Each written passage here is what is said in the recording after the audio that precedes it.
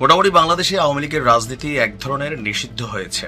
যদিও সরকার এক প্রজ্ঞাপন জারির মাধ্যমে আওয়ামী লীগের সকল রাজনৈতিক কার্যক্রম নির্দিষ্ট একটা সময়ের জন্য আপনার নিষিদ্ধ ঘোষণা করেছে।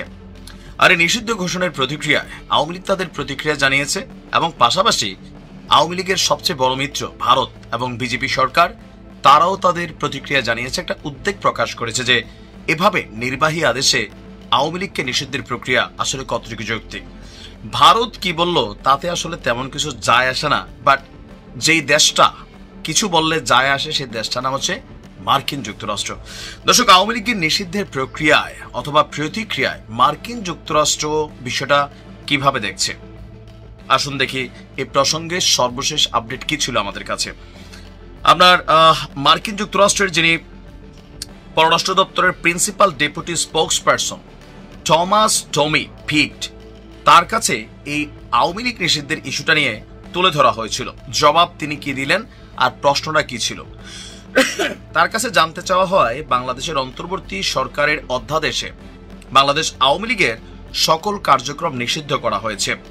এমন পদক্ষেপের মধ্য দিয়ে কার্যত দলটির রাজনৈতিক পরিচয় মুছে ফেলা হয়েছে এবং ভবিষ্যতে নির্বাচনে অংশগ্রহণের পথটিও বন্ধ করা হয়েছে। প্রশ্নকারী আরো উল্লেখ করেন, এর আগে এক ব্রিফিংয়ে টমি বাংলাদেশের নির্বাচন এবং গণতন্ত্রের উপর জোর দিয়েছিলেন, বিশেষ করে অন্তর্ভুক্তিমূলক নির্বাচন।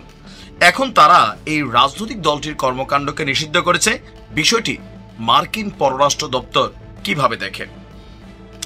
জবাবে মার্কিন পররাষ্ট্র দপ্তরের এই স্পোকসম্যান তিনি বলছেন যে আপনার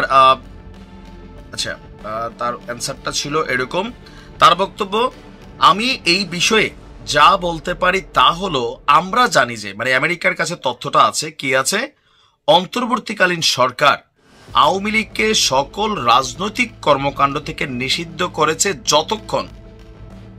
যতক্ষণ না দল এবং এর নেতাদের জন্য একটি বিশেষ ট্রাইব্যুনাল শেষ হয়।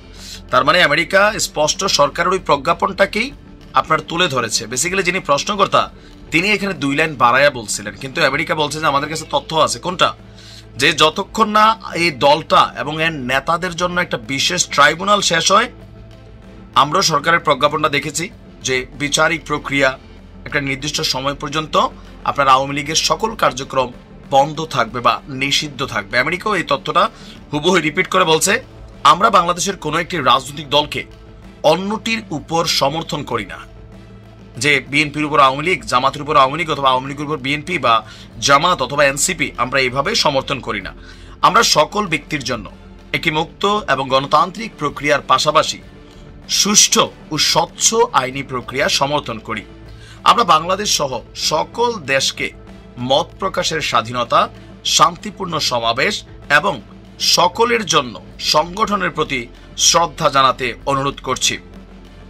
ব্রিফিংয়ে আরো উল্লেখ করা হয়, অন্তর্বর্তীকালীন সরকারের যে মতাদর্শ এবং সন্ত্রাসবাদকে উস্কে দিচ্ছে নাকি আমেরিকা কি ভাবছে।